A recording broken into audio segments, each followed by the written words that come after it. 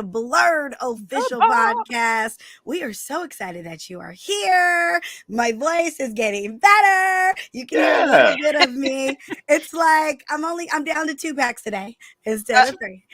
Not the packs. Not the I packs. sound like an old smoker. Like I need to You should have got a prop so nobody would have known you was dying of the flu. You'd be like, "Was it a flu?" I know. I really should have been like, look, I don't know who got a job for me, but let me just come in these next 2 weeks and just knock it out.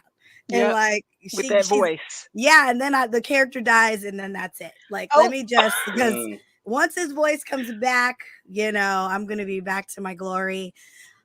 But until then, let's meet my co-host, Hilton George. How are you doing? It's How cold. is the life? Oh, it's cold. Everywhere is cold. You see the map, and it's just all blue and white. It looked like a pair of UNC Nikes. It's crazy. I don't like it at all. And it's like it's snow and it's wet and it's I don't like that. I don't mind the cold. I just don't like. I don't like that the wetness. You don't like the ice and the snow and yeah, because people can't drive. Oh, and they ain't got this. They ain't got the right tires. They ain't rotated their tires since last summer, and they driving in their Prius with the 2 donuts on the front, going 80 miles an hour on 45, cutting through traffic. He just come out. See, I got words. You got words. Right. Christi, you're in a cold state also. You were in New York City and it snowed there too. How are you, Christi Renee? How are you? I'm good. I'm happy to be here. As usual. It's cold. I'm glad I don't have to go outside unless I absolutely have to. So that's nice.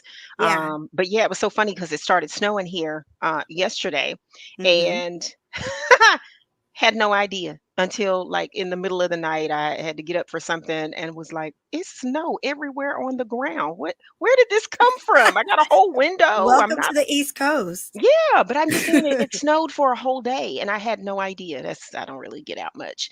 Yeah. Aaron on the West Coast, so she don't know what snow were to fall where she's at. That'd be biblical. We're people would be packing up their wagon trains and moving into their bunkers. Yes, and so it's 73 degrees here in Los Angeles. I know.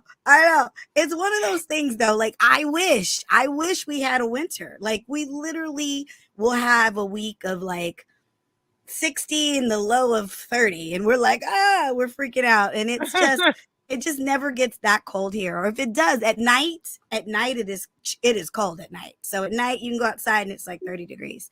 But it's a different 30. It's a different 30 than what we got. 30. Yeah. No, it definitely is. It feels completely different. But it's one of those things. Everybody who's out there, if it's snowing, if it's icing, be careful. Oh, well, there's Stay that. Home. Yeah, because a lot of people, they, for whatever reason, they get out in them streets, or if you're a boss and you're somebody who can make the call, just call it off. Don't make people come to work. I remember I once worked at a place and the lady was she used to live in Alaska or something. She was like, I used to live in Alaska and everybody needs to come to work. And we're like, this ain't Alaska. They don't even have the same tools that they would have to make sure that the roads are okay. Y'all ain't got a grain of salt in California. Yeah, exactly. Not one rock salt piece. Exactly. No Lowry's, nothing. It don't, and that don't work. That ain't it. You know what's funny though? You can drive, we go to Bakersfield because that's where my husband's family, lives or whatever. And they're on the way there. You go down and you basically go down, or you go up into this, you go up a hill. And so it's called the Grapevine. And literally you have to check the weather before you go to Bakersfield, because it could be 70 degrees here. You hit that Grapevine and it's 25. And it's only 30 minutes out of LA. It's so cold. There's snow. People have to put it's snow enough to where you have to put chains on your tires, kind of. And it's only for 20 minutes that you drive through the Grapevine, and then you get to Bakersfield where it's hot as hell. It's gonna, it's the weirdest thing ever that you can drive within an hour, I bet 30 their whole minutes. family got Zoom subscriptions now. Y'all Yeah. ain't doing that drive every time. Exactly. Tell them to log in. Well, and the other thing is, like, Skype. even when it doesn't snow, it gets cold enough to where it's so foggy. Like, we've gone through there and it was like a horror film. Like, you could not see. And it was like it was awful. So yeah. So, but anyways, if you're out there, stay warm and enjoy the BOP. We're here to entertain you. And if you do have to go out, just make sure your affairs are in order. There's lots of forms on LegalZoom, so you can get your will and testament, your next Every of kin, week your power of you opening attorney. up with this. If you're gonna get on the road with your little slick ass tires, I can see the air in it. Going 70 miles an hour because you got to get some writs. If your Prius has 2 donuts, get your will in place before you leave. That's not why we here. He is really upset. That's BOP plus. That's BOP plus. Well, see, this is why, because he lives in a cold state. So it's like, I would assume this is like the bane of your existence, that there always some just crazy person that goes up and ruins it for everybody. I just say drive. It's like fighting at your proper weight class. Like drive at your weight class. If you in a Ford Focus, you got to stay in that right lane, bro. You can't be in that. Ain't nothing happening for you in that left lane. In the left, nothing out there for you. Don't even look over there. Just matter of fact, take that side view mirror off because ain't ain't no left turns for you. Right, you got to make all rights. Dang. That's crazy. This is the thing though, at least with like cold weather and like this, you guys get warning. So you could go, but why is it that everyone waits to the last second to stock up? Like they wait till the storm is coming. Like they've been talking about, they were talking about the storm coming when I was in New Orleans. That's why I got stuck in New Orleans, because the storm was coming to the east and they were like, guys, the storm is coming. And I just caught the rain. So the rain and the thunder, basically canceled our flight. But like, you guys been knowing for a whole week, and I just don't understand why y'all just don't stock up on ramen noodles, like something, anything. Just always pack bread, it all up. Batteries, or toilet paper. I'm like, why? What is happening? Is it a diarrhea storm coming? Why? Oh my God! You can have the normal amount of toilet paper in your house when the storm comes. Yeah, but people still box storm. They clean it out. They hoard it out, right?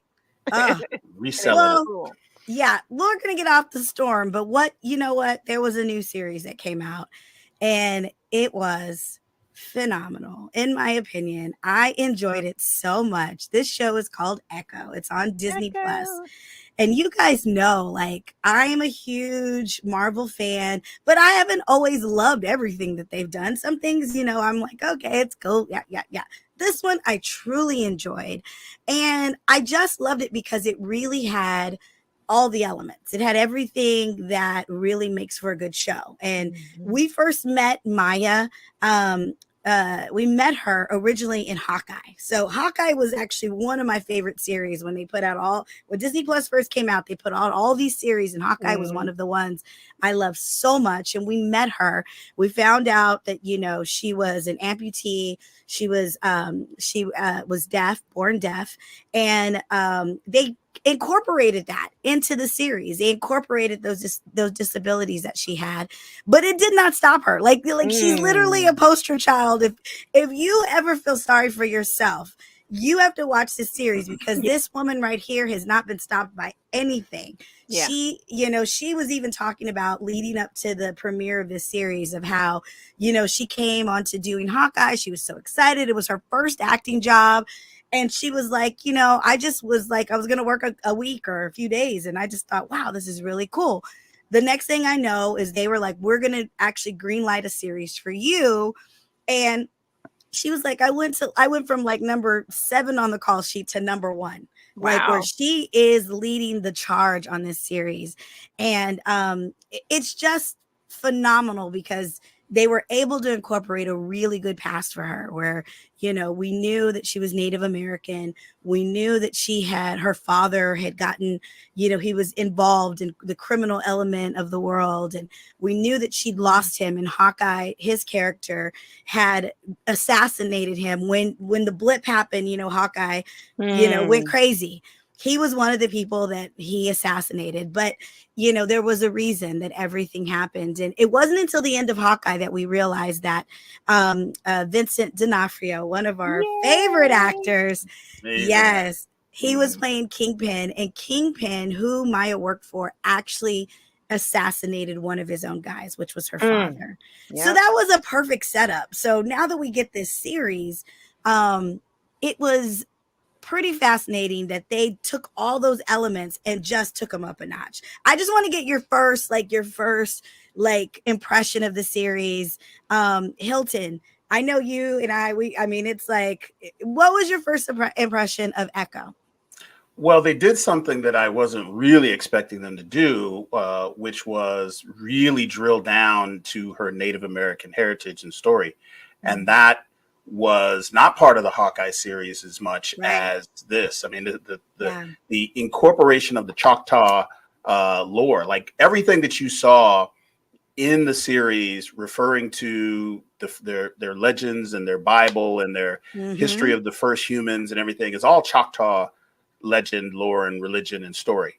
So they took it directly from the Choctaw Nation and incorporated it into the story, made it almost a character. And they redid her power from the comic books. Not that she was like this, super prominent character in the comics and everyone's like, oh, it's not canon, but her power drawing upon the experience and the skill set and the strength of her ancestors in everything that she does is an amazing new twist on her power. So it kind of also drills into and ties into, the Native American heritage.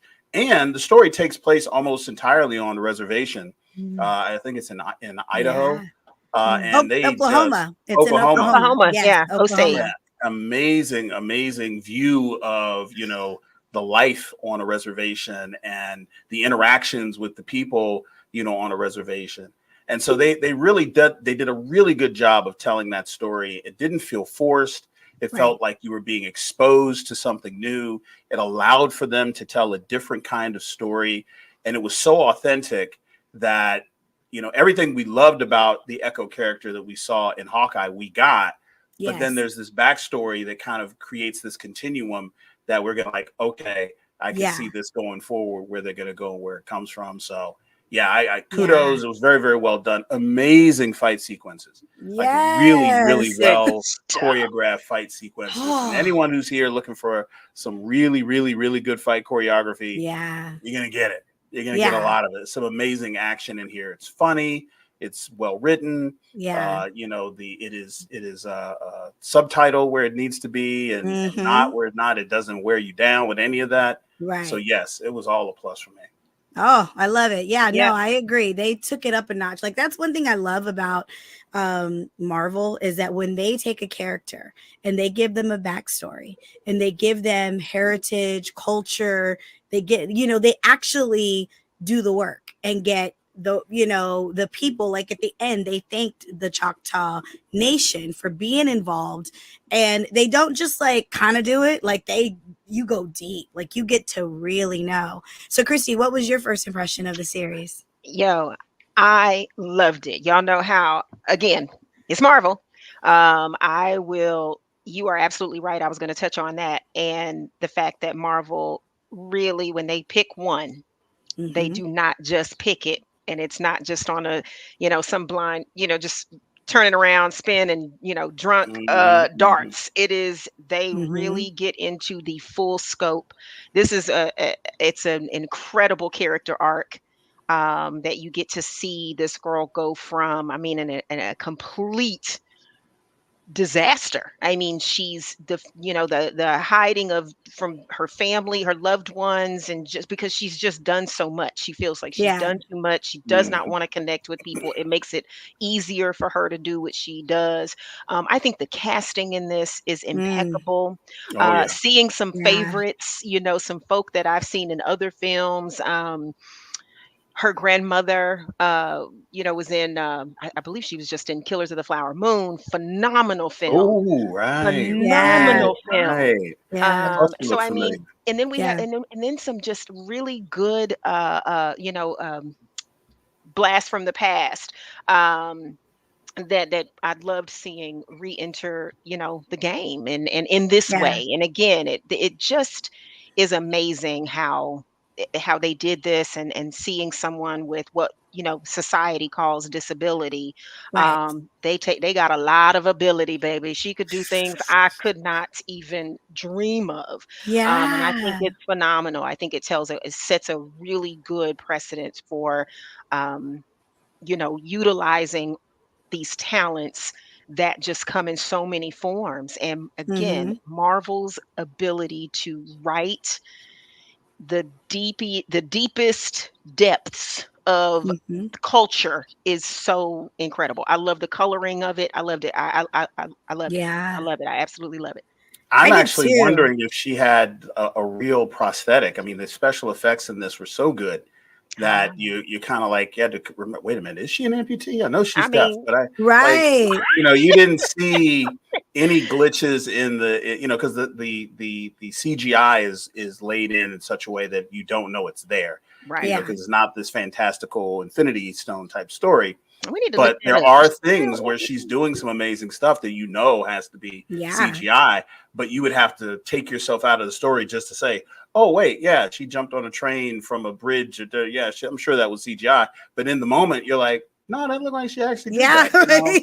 Like, and it Yeah. doesn't break the story up at all. No. The other thing that to add on what Christy was saying, we also got a nice cameo from Matt Murdock, the Yes. Daredevil, which Yes. means something Oh, very important, that the Netflix story arcs are now Yeah. canon in the MCU. So if you were watching, Yeah. Luke Cage, Jessica Jones, Iron Fist, all of these are now placed and seen as canon. So the Yeah. Kingpin, with D'Onofrio playing him, his mm, story arc Yeah. is going in, and they're hmm just kind of paving the way to get the Fox and the Sony universe in with all these Yeah. properties and all of these titles that they brought in. So that this is D'Onofrio is going to play the Kingpin Yes. whenever Peter Parker and Spider-Man comes on screen. That's going to happen, and Yes. you're going to get our lovely Matt Murdock from our favorite Netflix series is coming back as Yes. Daredevil, and in the classic suit, and an amazing fight sequence from him to Yeah. really, really bless the scene, just like he did in She-Hulk. Kind of come in for 2 or 3 episodes to And build that yeah. just, world. yeah. It's good. Yeah. I Mhm. loved Can I it. I loved can it. I add this though, since it just Yes. came up? Yes. Alaqua, I'm not sure if I'm Alaqua saying her name. Cox. Alaqua Alaqua Cox Cox. was born. Yes, is actually deaf, and she's an amputee. So, and Yeah. she also performed all her Yeah. own stunts Yeah. in this Mm. series. She's So that is Mm. never, confirmed. um, I don't know if she did all her own stunts. That I That's will. that's a story. It's Okay, a yeah, story I that I because just read. every one of these they have to have, like, for some of the scary stuff, like they can't afford for her to get hurt. So there hmm are some stunt people. They might Oh, not have been absolutely. credited, The train but scene yeah, like in they particular. gotta. But yeah, they said, she was an amputee. She's never, like, said publicly what happened in her life. But yeah, she's like, literally, this is kind of, this character is her in a sense, obviously hmm a superhero version of herself. Right. Um, one thing I loved about the story, and I always love, because they'll obviously, you're going to get some action scenes, and you're going to get some really cool just characters, and you get the cool culture and all this stuff.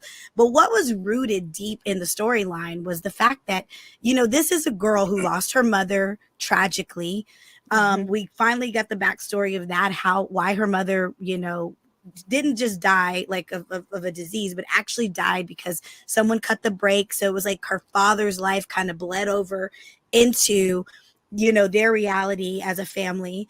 And then she lost her father the same way, because of the stuff that he was involved with, that violence bled into her reality. And here she is now back in this town, and she knows, like, her being here, her life is bleeding into this reality. But what hmm you really have is a young woman who is dealing with grief, who has Yeah. never let go of the trauma, the anger. And instead of, like, healing, she got mad. And Vincent D'Onofrio, at one point, he sees this in her, where he takes up for her, and, like, you see this ice cream man picking on her. And I mean, like, picking on a hmm little 6-year-old kid or something, Kid. like a Yeah. little kid, which, by the way, is her little cousin who actually played her real life Yeah, little cousin. yeah. Oh, And cute. so, yeah. And so he sees her getting picked on because she, obviously is deaf. She can't speak. and the man is a horrible human being. Mm. So Kingpin, being Kingpin, pulls him to the side and beats him to death. Like, just beats him. And he instantly wants to protect her and say, he calls his people and says, "Can you give me another jacket? I don't want Maya to see me." Looks up and Maya's standing there. This little 6-year-old sweet little girl. Up until this point, we just see her be so sweet. And instead of crying or being scared of what she's seeing, she walks up and kicks the guy herself. And instead of him going, any rational adult would be like, this is too traumatic for a child, even though she's, she wanted this man to pay for being mean to her. He sees this as his opportunity and his window to make her, to make her what he feels like she has inside of her, which is he creates an assassin. And I mean, but the cool thing about the story and the cool thing about the journey you take with Echo is that every single day she is dealing with accepting her reality and trying to heal from this. And it took her culture, it took her family to help her get there. And so I mean, that part of the story, I mean, there were times where I just was like, she was alone and they kept saying, "You're not alone," and I think a lot of times when people lose people or something tragic happens, you retreat in and you do have this sense of loneliness. That's a real tribe that was waiting for her, and sad that she was gone, and half of them knew what she was into. And I really, really liked every accurate portrayal that I have seen of reservation life. It is very close knit. The tribal ties are really, really strong. The bonds are really strong. Like even in her case, her grandmother was like, we can trace our history on the mother's side all the way back to the first people that you keep seeing, looped over and over as to how they came about. Yeah. And, those bonds were there. As soon as she came back, there was these open arms flung open. And it's part of what activated her power. I don't know that if she had not been there on tribal land, surrounded by her people, would she have been able to tap into that power that she needed? She started having the visions when she got back. Right. And it was just like, okay, I see where they're going with this. There is a spiritual story being told. And this is not off brand for Disney in a lot of ways that Christi was talking about, because they just got finished telling this amazing Native American story arc with What If season 2. And so, I mean, they're really leaning into this. Now, I don't know how much of this is going to play out in phase 5 and 6 for the movies and TV shows, but they're building a really, really strong foundation of storytelling in a lot of the same ways that they did with the building of the world of Wakanda. And I hope they continue to capitalize and expand on that. But it's being treated with that same level of determination, seriousness. And even though I'm not Native American and I don't have anyone to the left or right of me to go, "Hey, what do you think of this?" I'm like, I can feel like, okay, I look at the credits and I see the accreditation and how they went into building it and doing it and constructing the story. And I'm just like, it has to be done this way. There's no other way to do it. Yeah. So, this show, like a lot of them, like we've saw Wanda and we've saw, Hawkeye and we've seen Loki and we've seen all these shows. The cool thing about this one to me felt like the most, like it was a 5-hour movie. Like I felt like you couldn't just jump in on episode 3. Like you needed to watch it. And it built and built. Like, oh, it was so good. Go ahead. Well, it was so weird. They actually dropped all the episodes at once, which they've never done before. Usually they like with Percy and all the other series, you got to wait from 1 week to the next and do the suspense thing.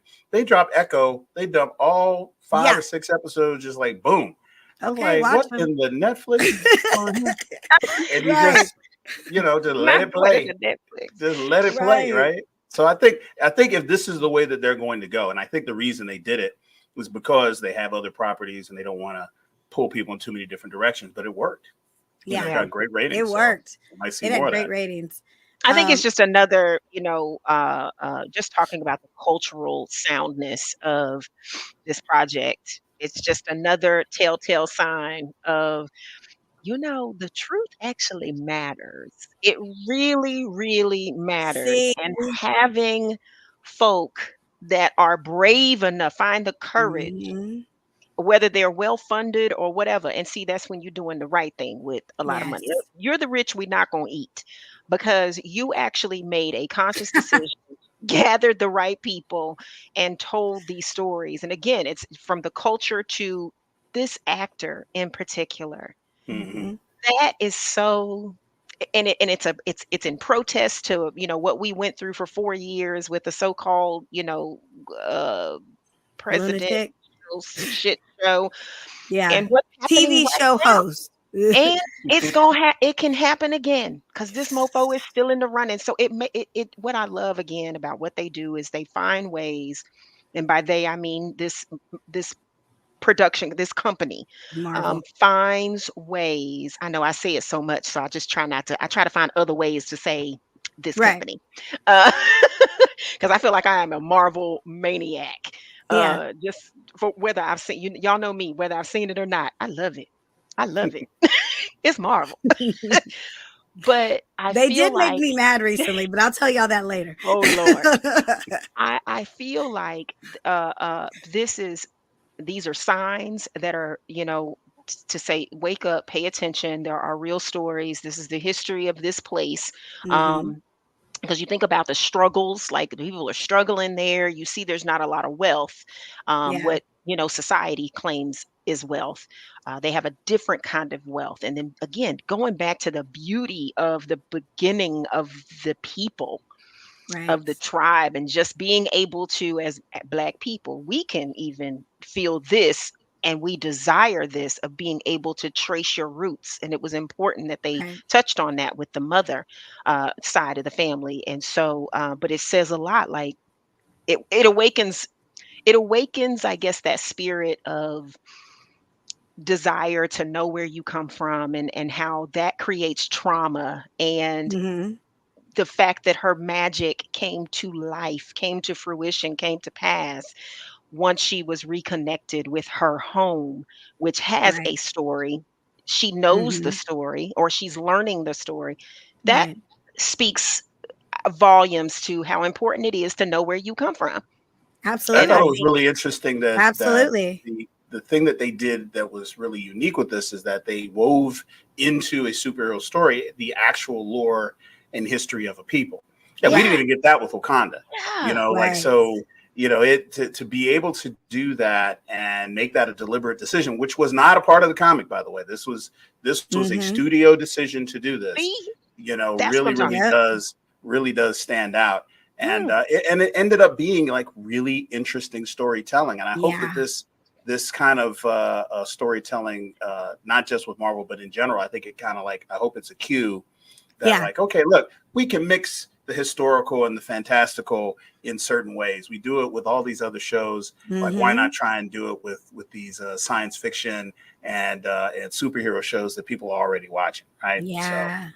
I love it. And what's so funny is that, you kind of touched on this where it's like, um it really is like the truth, right? Like you're Mm, telling the truth of the people, and you're telling, and I mean, we live in a country where this land was stolen from the these very native folks. Hmm. indigenous people, right? Hmm. And so it's like at one point there was like the mob of like, they were like, oh, Marvel's too woke, Marvel's too, like they were trying to get that going, and it like was dead on Fizzled. arrival.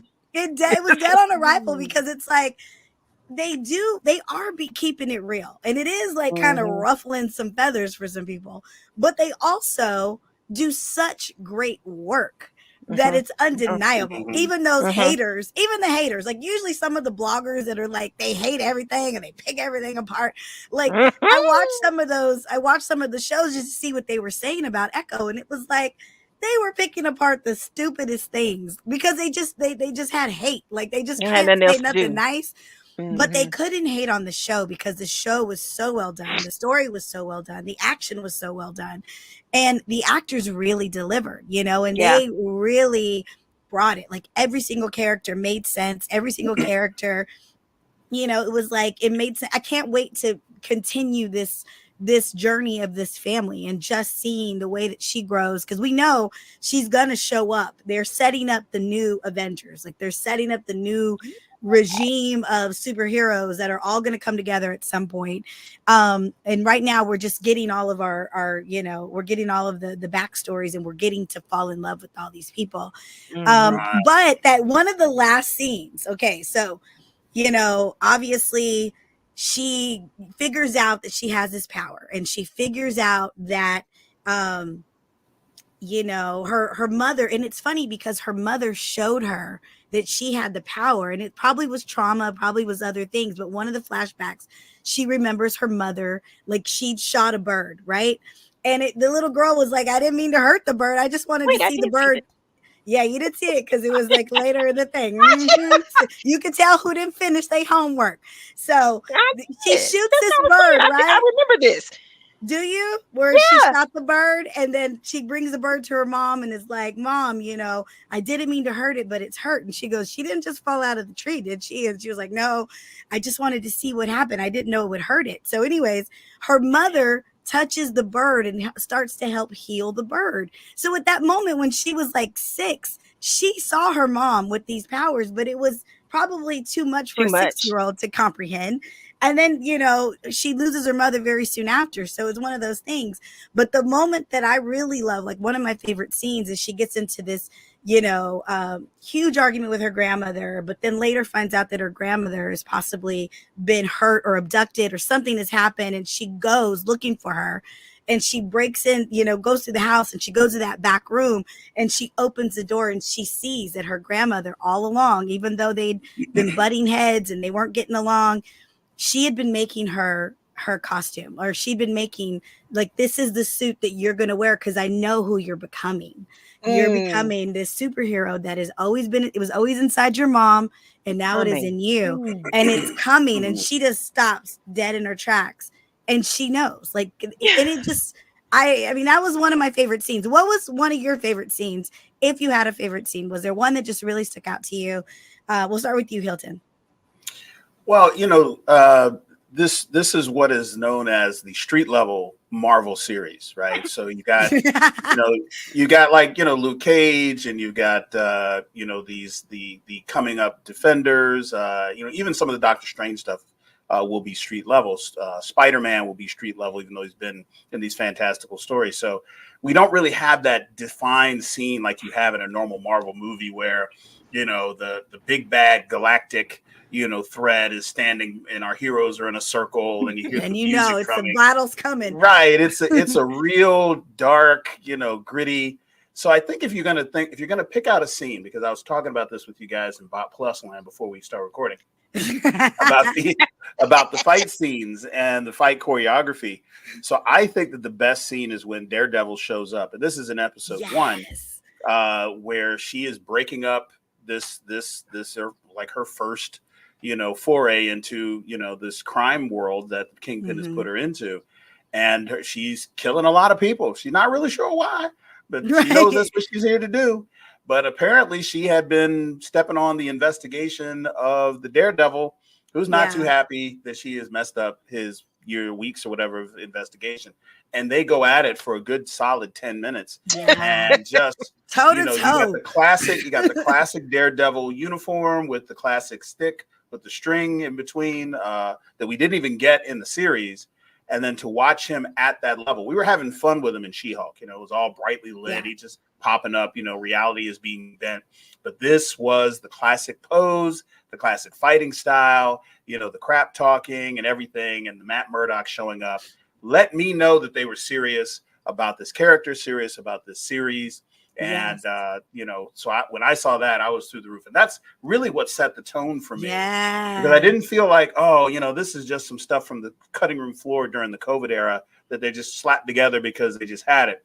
Like, no, they were seriously trying to make a story, make a statement. They got all the A-list stars. They put everybody in place, and they didn't skimp on anything. So for me, that was the one that set the tone and carried all the way through the series. Daredevil was the one. I like that it was a test. Like, we later find out that, Kingpin was like, oh, well, you held your own with him. So you're ready. You're ready for this. Like, you're ready to go and be my thug or whatever. You just, I'm going to tell you to kill him and you just go in there and kill him, Christi, what was one of your favorite scenes? So I have one really quick one only because it was so nostalgic and I loved it. And I loved the exchange between Maya and the guy who owns the skating rink. I love the whole skating rink thing. It just took me back. Yes. Henry. I was like, oh, Henry, yes. Her cousin like, oh Henry. Was he her cousin? Like he was part of her family. Wait, the one who owns the skating rink? Yeah. Might be. I don't know. Maybe. I don't know. So he's hilarious. I love their exchanges. She's driving him crazy with the, her mission. But I have to say, following that, I think my favorite, I love a good train on the train scene. And when poor thing, she loops her cousin, her little cousin. Biscuits. Biscuits is probably my favorite. I wanted more biscuits. I want more of him. Yes, more biscuits. Biscuits was down like full flat tires. Being like, what are we doing? Oh, all right. I know. And he's just like, I'm going to be late for dinner. Like, grandma is not going to be pleased. I borrowed her truck. He had grandma's truck. Yeah. Ooh. And then brought it back. When he came around the corner the next day, I was like, oh, Lord, she's going to put a spell on him. But I thought that train scene was immaculate. It was electric. It was dangerous. I held my breath. And when she flew off that thing and into the truck, I was like, oh, where is she? And she was on the climb her way into she's hanging on to the tailgate. Yeah. That was a good scene too. It was like a what do you call it? A Mission Impossible. It was. I was looking for Ethan. Tom Cruise style. It's like we didn't even know what she was doing. Like the story does not foreshadow every move that these characters are making. Stuff is happening, and we don't find out what she did or what was being done for the end of the episode. They're like, oh, okay. Now I see. That all makes great. Sense. That was all the setup. Yeah. Oh yeah. What about you, Karen? What stood out to you? I loved everything. I mean, you guys named two of my favorites. Like the Daredevil, when he showed up, I was like, like I almost just died. Like I love when I see two superheroes fighting each other. Like it's something about that is just an edgier fight. And I already knew, I was like, this is gonna have some violent situations because we already knew because it was a rated R. Like it's never that. Like Marvel never puts that out, and they were like, no, we're going for it. This has to be edgier. And especially if she's we first meet Maya, she's an assassin. She's not like this. She's someone who learns what her purpose is. Not but she starts off bad. She shows up to kill Hawkeye. That's all she wants to do. She's killing people and having dinner with Kingpin, reminiscing about the job and and all the people she killed. But I loved the situation at the skating rink where they basically kidnap Henry, they kidnap her cousin, the female cousin, and they kidnap her, and they have them all, and they have her in that room, and these two dumb girls, these hillbillies, are the ones guarding the door, and you already know, I'm like, these girls are gonna die. I'm excited to see them die because I can already tell I wouldn't like you in real life, right? And so I love the fact that Maya wasn't just this assassin, and she was very intellectual. At one point she had to figure out a way to create a weapon to get out of that room, because once she got out of there, she needed to be able to do something to distract them to defend herself. And so she's like MacGyver. She gets that from her grandfather. Yeah, that she is tinkerer. She can tinker. Yeah, she was getting those little pieces of the skates and getting all that stuff. And then she comes out, she does a gun with it shooting out skate screws. I was like, come on, Maya. She brilliant. Shooting skate. Yeah, so that really, because to me, it's those little things that you add that later when she comes into a series where there's all these superheroes, you're really going to know that she has a leg in, where she has something she can do that other people can't do outside of being a superhero. They're all superheroes, Right. What was that one line in Infinity War where You know, he was like, we're all superheroes. You know, Yeah. Miss Marvel shows up. And he like, look, I don't know where you've been, but we all been doing this superhero shit for quite a while now. Like, So let us in. right. So what is it that you can do? So I love that they just really added depth to her character. Like, she's not just an assassin. She's not just a vigilante, but she's actually very intelligent also. But you guys brought up, Christy, you brought up the scary guy, the guy who took over our country for 4 years, the talk show host. The end credit scene in this is going to be a huge spoiler. So if you haven't watched Echo, I mean, we've been spoiling this whole episode, but this is the end credit scene where, you know, we know in that last battle, you know, Maya could have killed Kingpin, but she didn't. She put her hands and she echoed through his brain and she changed him. She changed him enough to where at the end of it, he was like, what did you do to me? You know, so went all Last Airbender on. Yes, totally, right? So then the end credit scene, you see him and he's all like in his private plane with this secretary, and he notices like they're looking for a mayor of the city, and they like, you know, these mayoral candidates, they're not good enough, they're not bad enough. Like, you know, this country needs somebody who's edgier, and this country needs somebody that's blah blah blah. And you know, Kingpin looks up and he's like, it's like I think that's the same moment that this orange guy had. And I was like, no, like the most horrible man. He takes a 6-year-old and turns her into a killer. And now he's going to probably become the governor of New York or something. Well, listen, if they're doing like the comic, there's an arc for, you know, the Kingpin in the comic where he becomes a politician and he is running the city and he goes on this purification trip where, you know, he's like, not only am I going to make sure everything is clean and perfect in the city, there's not going to be any superheroes. There's not going to be any of that stuff. I'm going to be in full control. And he's just a dictator. He's like doing everything like this very Trumpian, you know, just type of dictator. way. And this is where you get a lot of those modern defenders, where the street level heroes fighting are, you know, this Thanos style. I'm justified because I know I'm right, and therefore that justifies anything I do. And I think that might be the direction that they go for, you know, Midnight Suns, maybe even, you know, the Defenders, and probably not Thunderbolts. But if they're going to bring back D'Onofrio, this is the arc he's going to take, and that post-credit scene is going to be the one. And I just love, like I said, I don't think anybody could have played Kingpin better than Vincent D'Onofrio. Like, I don't think there's any performance or anyone who's just the look and the gruffness, and who could just, over the course of like multiple series of playing him, has given so much weight, no pun intended, and depth to the character that, you know, nobody else could just come and pick up. Yeah, he's not even that big in real life. Like, they've made him more. They padded his suit out, kind of gave him a little. Is this my cue? Is this thing on? Is this Christy, my tell cue us about Vincent D'Onofrio. Tell us about him. Go ahead. What's that story? Was that my invitation to talk about? Obviously.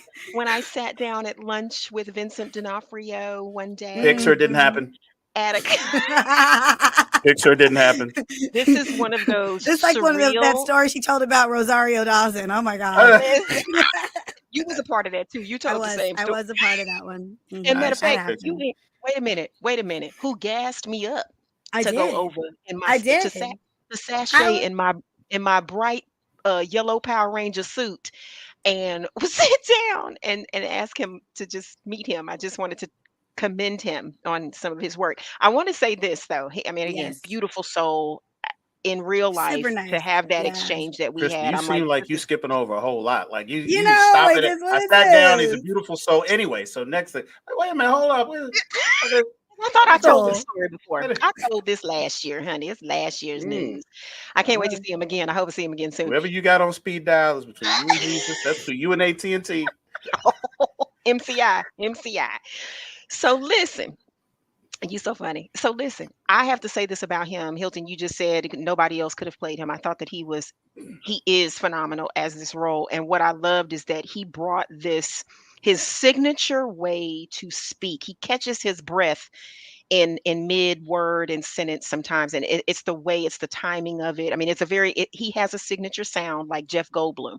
Like we all know we can, do certain things, or even I Obama. was a You know, boy. President Obama has a way of Mhm. saying Yeah. certain words, and he brought that same energy and that same frequency of speech and breath. And I thought, well, I might be extra, hanging on every word extra for my own personal reasons. Hmm. But I loved seeing it. It's something that, again, is signature, it's recognizable, and his delivery, his just his presence, again, with that big old body thing he had on, it's like huge. Yeah. It's almost bizarrely shaped, but She that's gonna the she gonna finish that story after I she know walked she up was on supposed him to in leave Bot out the Plus. crush that I'm she gonna has need on She him, didn't look. and She I'm like didn't. gonna need That's it's this like, Bot one to Plus. When y'all "Hi, matter. log into Vincent Bot Plus, it'll be D'Onofrio. in the selection. It'll be I'm an avatar for it. Will be Christy. Vincent I'm D'Onofrio, and then I'm she'll talk Christy about when Renee." they went roller skating, Uh, and yeah, we need not roller skating I don't know. I don't know In her what Christy dreams, do on a right? date. in my sure in my dream. If we doing anything in my dreams, we going roller skate.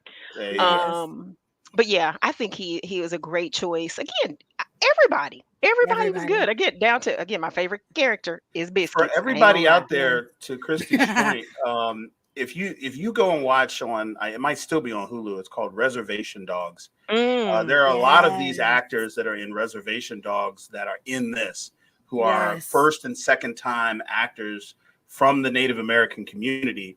And they just really, really bring some amazing new faces. I love new faces, especially mhm. in big productions. And they are in this, and they are in Reservation Dogs. There's some amazing storytelling on the Native American story. And we mentioned the new Scorsese film that Yeah. has some of these actors in it. Yes. So Yes. these are some really great, and they're all authentic. Like there's nobody Yeah. Yeah. pantomiming or Pretending to be the pretending to culture. be Yeah. Oh Native wait, American. Everybody is in this. Is real. Yeah. I have to say this. We talk about. Let me add an extra scene. Oh The Lord. grandfather in his shop when the white That people was came hilarious. in. I, Right. And they I were you, like, do you and have a then rug? Or like And then he was Right. and then the way he stereotypical was stuff. feeding into it, it was so Hmm. hilarious. Like y'all Yeah. are the joke of life right now. Yeah. That But scene was it pulled was perfect. directly out of a movie called Maverick with Mel Gibson. He was a Yeah, grifter, yeah. and he got that whole poker face. I'm going to sell you something and give you the story. The spirits, just trying to sell this tourist. Don't give a shit about Yeah. the Yeah. future. It's that same thing, and he has brilliant comedic timing, and Yeah. it's just so glad that we get to see some of that in this, and I hope he's around so that we can. I mean, we even saw him in The Last of Yeah, Us a little bit, and he Yeah. was funny there. So I Hmm. was so glad that they let him be a little funny because he really yeah. lit up the It's the screen. comic relief Yeah. we need. That's a And the heavy, comic relief and story. the weight and the heft, he still carries that Yeah. gravitas so Mhm. well. Ever since his first movie, was it Dances with Wolves? Mm. Yeah. He Graham is just Greene is the actor. yeah. So Yeah, Yeah. yes, yeah. He's absolutely. amazing. Legendary Yeah, he Native American actor. Yeah, and this is the thing. I really hope that this kicks off a lot because like a lot of people shined in this. And so I hope it kicks mhm. off their careers in other projects because, I love that they were obviously playing part of their culture, but it's like these are talented actors. They could be in any role. They In could any role. handle it like Mhm. any role. Mhm. But one thing I will say, Marvel actually made me mad recently. Oh boy. No, Yeah, yeah. T. I was not I a Let, know, big right? Hey, fan of some decisions. Now, you guys know we talked about it in one of our last episodes of the whole Jonathan Majors of it all. And I love the show Assembled. I love it. They have Assembled for Loki season 2. It oh. is a travesty. It is a travesty because they obviously shot this and they did this whole thing, but someone went back and edited Jonathan Majors out of all of it. He shows up and it's like, how are we talking about season 2 and we're not talking about Kang the Conqueror? Are you We're not serious? one talking word. about what he like. They talk about Loki, they talk about Obi, they talk about every single character, even the guy who was pretending to be a Hollywood star. Like he even gets a vignette of let's talk about his Uh, character. They took out the whole Jonathan Majors of it all, and I think it's such a travesty because the reality is he was the bad guy. He was at the He's heart the of the focal story. point. He is the reason that Loki and all of them are traveling and trying to figure out how to fix the loom and how to do this and miss minutes, and everybody is like, it is just so crazy that that's what they like. Someone made the call, and I think it was the stupidest call, because even if you're like, okay, we need to kind of separate ourselves, we don't want to, you know, our action heroes are squeaky clean, and this is what we do, and this is how we've always been, and you know, we're not gonna, you know, and I will say that, like, you know, like the whole Ezra Miller situation with DC, how they try to pretend like Ezra wasn't acting crazy and doing crazy stuff, and they put the movie out and they even brought him to the red carpet. Like, I was just like, come on, y'all, like that's a little much for someone who's been, you know, violent towards people and has like robbed stores and done stuff, you know. And I love the Flash. Like, that was honestly my favorite character out of when they had all those movies. He was the only one I really liked, you know, outside of Wonder Woman. But you know, it was just one of those things where I was just like, you know, if I get you want to separate yourself, but it is so dumb. When this series, he was the reason. He was the reason, you know. Reason for the season. I will postulate a theory. Yes. And I like your theories. There's no way to know for sure until somebody come out spilling the tea from the source. Yes. But based off of everything I have seen and read and heard, Jonathan Majors was on his way out since Ant-Man. They started writing down the Kang leaning of phase 5 and 6 at Quantumania. And I think there's three reasons for this. One, obviously the charges starting, you know, in that whole situation since last March, just relentless, you know, just bad news on top of bad news, which no studio would want, you know, a major, load bearer like him to have. But second, I have heard from multiple sources that he is insufferable, that he is just insufferable on set. I heard that he is mean to assistants. He doesn't bond with the other actors. and the people behind the scenes. And, you know, long story short, like, nobody liked him. Still not a reason by itself.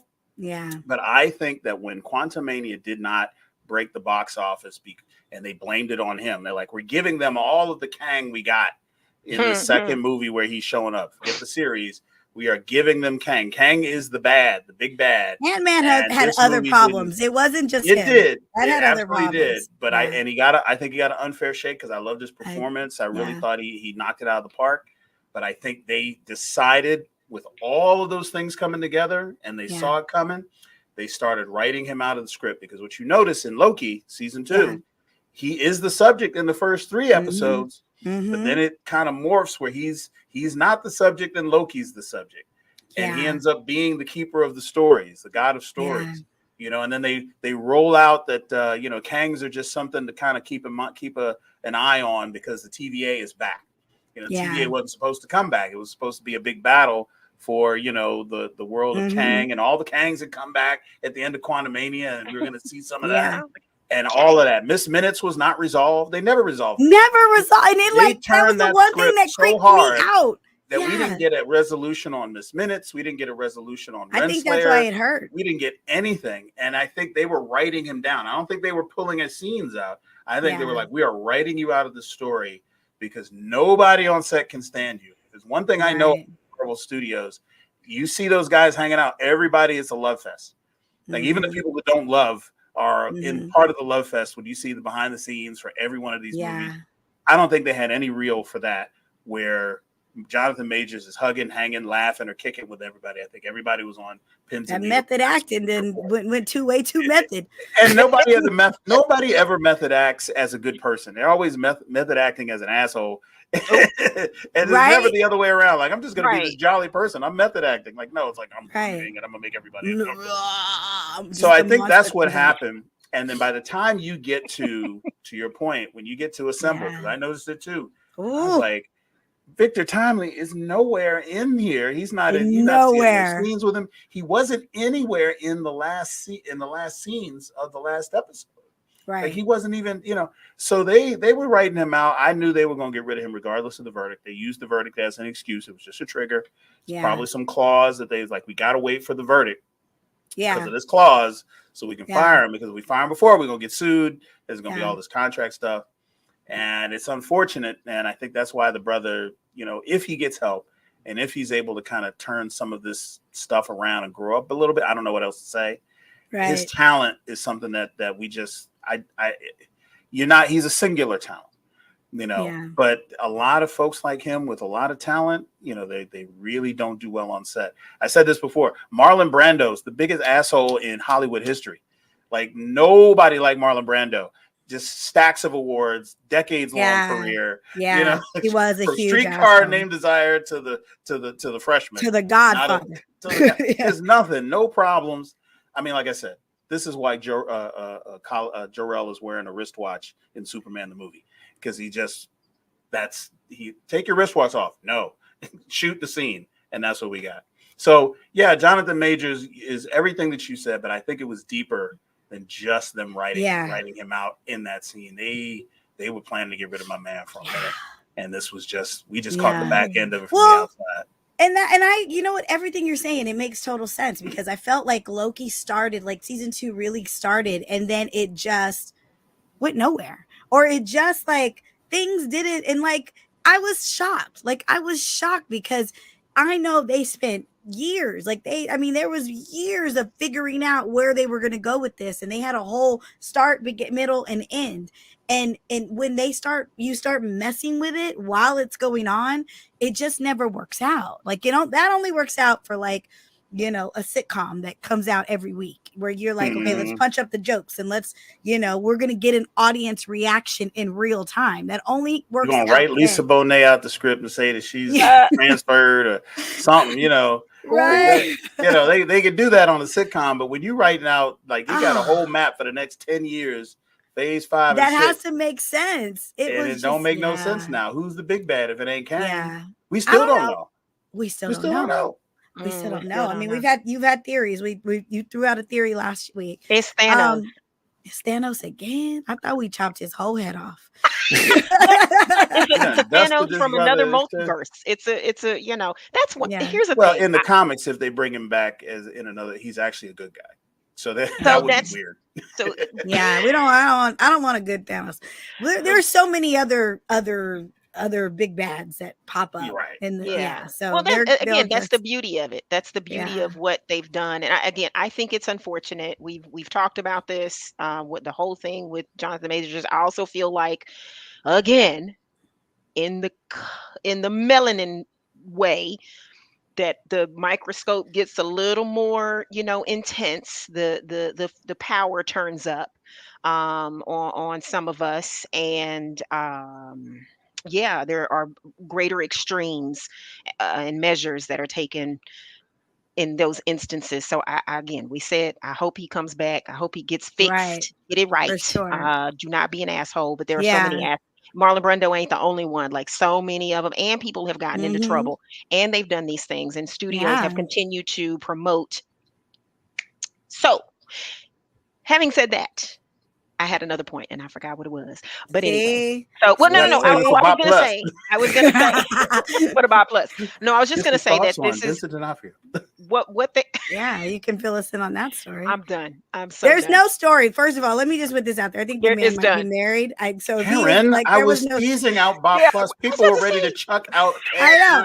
But I don't want it. Like, God forbid, like his wife is like, no story. Yeah. This is Nafriel's wife. You can come on the box to clear his name on him. And literally, like, he was the nicest person. Like, she went up and he was so like, nice. Oh, thank you so much. Like, and just with but that's why I think he does Comic-Cons, because he has the ability to connect with his fans and with people who love his work. And he does all I cared about was telling this man to his face how much I loved him in The Cell. And because underrated movie. So underrated underrated. And so he was incredibly and graciously grateful for that. And I just, he was very kind. And when I asked for a handshake, he was like, how about a hug? Because, when you interrupt somebody and we're eating and it's like, and he was on the phone. I bet he said it like the Kingpin. How about a hug? Well, I'll tell you why The Cell is like an underrated movie. You guys don't even know why it's so underrated. Like there's a reason. Why it's under? Oh, Well, other wow. than it being like a really cool story and really cool thing and blah blah blah. But my dear friend Catherine Sutherland from Power Rangers is in the sale. That is why That it's such part. a good movie. That is the She's one of other the part. she's the original person they find dead. The girl that's Yeah. like drowned, like she's like this in water and looks The she milky. Cat Yeah. the Pink Ranger is in Yeah, the come on. cell. That's why it's so good. Duh. I mean, everything mean- we touch. So, anyways, Marvel, whoever made the decision, you can't do an assembled about a show and like leave out an Yeah. actor. Like, Yeah. even with all the stuff that's happening, like, give the people what we want. We want the real, how was this show made? How is this, like, we want to know how it was assembled. You can't just take out the main character. You can't erase him. I know there's a Yeah. decent be real. Like, I it know was some so, like, somewhere, it was so deliberate. And so it's like, and it's obvious. it would have just been great. Just tell us how it happened, and like just tell us how this movie came about and all the people who who contributed, and then move on. Like it's not like you're gonna spend, the whole hour, 2 hours on him. You're just gonna probably spend about 10 minutes. Like, Yeah, let the it brother was let the so brother deliberate. cook. He did some really great acting in the series, although the shortness of his scenes and stuff. And I would have liked to hear his perspective, but yeah, it's really unfortunate. I hope he bounces back and gets into something real quick and gets himself and gets his life together. But like I said, they decided a long time. It's like when you get fired from your job, you didn't get fired that morning. You got fired 3 weeks ago. Yeah, the paperwork was just like came some back citations. this morning. Like There was some this warnings. firing been going through the back offices for There's a minute. a file. This paperwork, that email been going. Yes. Need you to sign off on this for legal counsel. Need you to sign off on this from HR. Yes. We need a finger stamp. Well, it makes me wonder: is he the character he's most true to life to? Is who he played in Creed 3? Because that was an unlikable, that and was a guy that was like petty and unlikable and hard to deal with. Maybe that was one of his sources of his acting. Maybe he wasn't reservoir. He wasn't acting in well, that. you know what they say though, like method actors, like they say sometimes like they get caught up. Like you get real caught up when and they reprogrammed steps. And like they said, like a lot of like, what is the guy who played he was Joker in one of he was a really good Joker. Heath Ledger. They said like a lot of it was the him playing the Joker kind of pushed him on an edge of he'd already kind of had an issue with prescription drugs, and it was just playing the Joker brought out things that mentally, physically, emotionally. Watch the Be Real of him, and there's some of that in the Dark Knight box set where the scene where, and I know we're going off a tangent, but since it's okay. The scene where he blows up the hospital and hops on the bus, where he does a little click and he jumps on the bus. Okay, first of all, that scene was improvised. It was an actual glitch with the system, and he caught it, jumped in the thing. They actually had a camera in the bus. There's no camera on him in the bus. This is that helicopter scene of watching the helicopter, watching the hospital blow up. He doesn't even look at the explosion. Like he's that much in his character that even when he's off camera in the bus, right after that scene where it pulls off and they literally blew up a hospital like 100 feet away. It's this huge explosion. Anybody else would have at least been like, damn, look at that. Like, or you would have just something. He never looked at it. And that's how deep into his character he got. So we were blessed with a great performance, but we didn't get the recovery that brother needed. Hope that doesn't happen to our brother Jonathan. They were having like this whole like discussion recently. I watched this, like it's called Roundtable, and they have all these different actors and actresses and directors, and it's really good. It's like if you have Spectrum Cable, they do a roundtable. So anyways, they had Fantasia was on there and a lot of other actresses, and she was talking to them, and she was really sweet. Like she really talks about how The Color Purple changed her life because she was very much like the character Celie, where she had been molested and she had been abused and she had felt like she was never pretty and felt like she never had a voice. And originally when they asked her to do the part, she was like, I don't want to do it because it's just too dark. Like, I don't want to go back there. Like when I did it on Broadway, it was torture for me. But she said doing it again the second time, she was in a different place in her life, and it really was a healing mechanism. It was almost like therapy for her. But she asked the other actresses who were on the round table, and she goes, you know, do you guys ever struggle because like you go in these deep dark places to get these emotions and these like you got to deliver, you know, multiple times, and she goes, if you ever feel like, you know, like you just can't shake it off, like, and it was so sweet because what is the actress, she has red hair, she's gorgeous, she was in Hunger Games, she's oh my god, she's so beautiful. She was the Jennifer she was Lawrence. Pen Am. She was Pen Am, like she was the head of Pen Am, and she was Oh, like her. Oh, I just she's watched in the that movie with her. she's in that She's new in May, movie December. with Yeah, I just watched that. Yes. Okay. Hold on. May, December. Gosh, Not why can't we Susan. think of her name when we need to think of her name? She's Julianne Moore. Julianne Moore. Yes. She's Woo, on this round table. I'm And done. Julianne Moore, who is like literally Hurt. like she is literally like Juilliard.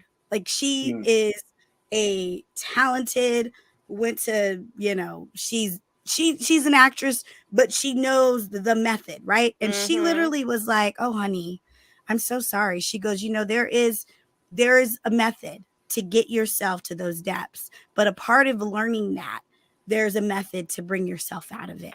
And like in that moment, you really catch a glimpse. Like these people aren't just on screen crying on cue. Like there's a real, true emotion. But that's why they're winning Oscars. And that's why Fantasia, when you see Color Purple, she shakes you to your core, because it's like, so good. That was real. It was like every emotion was a real feeling. And in that moment, those tears were genuine tears. That pain was genuine pain. So yeah, so if you ever get a chance to watch that, I know we're way off beat. That's okay. This is good but stuff. It's like, it's good stuff. You know, it's just like the method of acting. Like it's so and intriguing to me. That's what May December is about, literally, with Natalie Portman and how she comes in, and she, you know, ultimately doesn't shake it. She almost succumbs to, and then of course it's an abrupt, you know, ending. Yeah. You're like, so Julianne Moore, if you're out there, I apologize for not knowing your name right in the moment. I should have known your name. And I'm sorry, I struggled you're worth so it. hard. You're worth it. You and many other actresses deserve that. She's deserve good. For me to know, but I'm absent-minded and crazy. And we're at the end of the episode. So I mean, come on. It's been a long one. Guys, I know. Echo. If you have not watched Echo, you have got to watch it. It is worth the watch. It's the story, the culture, the action. It is everything you need this to be. Get your life and watch Echo. Like immediately. I always say, get your Disney Plus on. Yes. Like, find the password. Find the password. Like, call your cousin. Stop underestimating the Disney Plus channel. It has quality programming. It's not just Lion King and like Disney princesses. It is the Marvel section is giving good TV, good series, good movies. Like, So what are we excited about this week, guys? Are we just staying home and staying warm, or is there any excitement coming? Do we have anything to report? I got my groceries yesterday, so all the snow don't bother me. I'm just looking out there like, it sucks for y'all. Like, you know, make some chili, make some ramen. Ooh, that sounds make good. Some ramen, make some chili. We do lots of those. Just ramen. do some.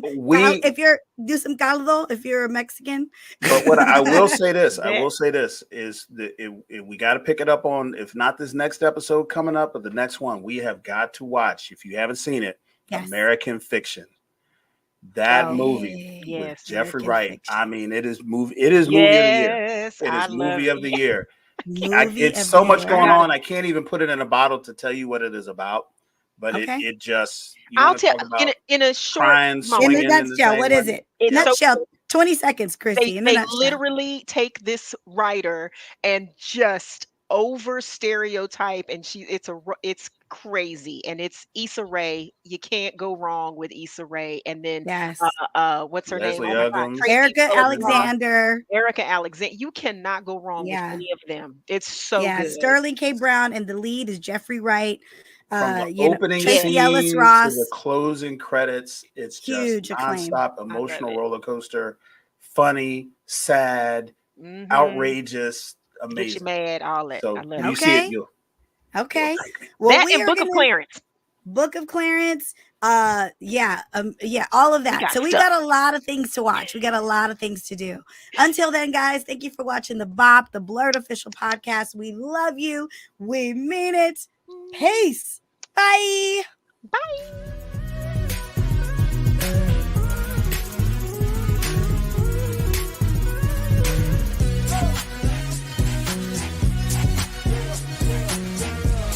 Tune in every Tuesday for a new episode of the BOP, the BLERD official podcast.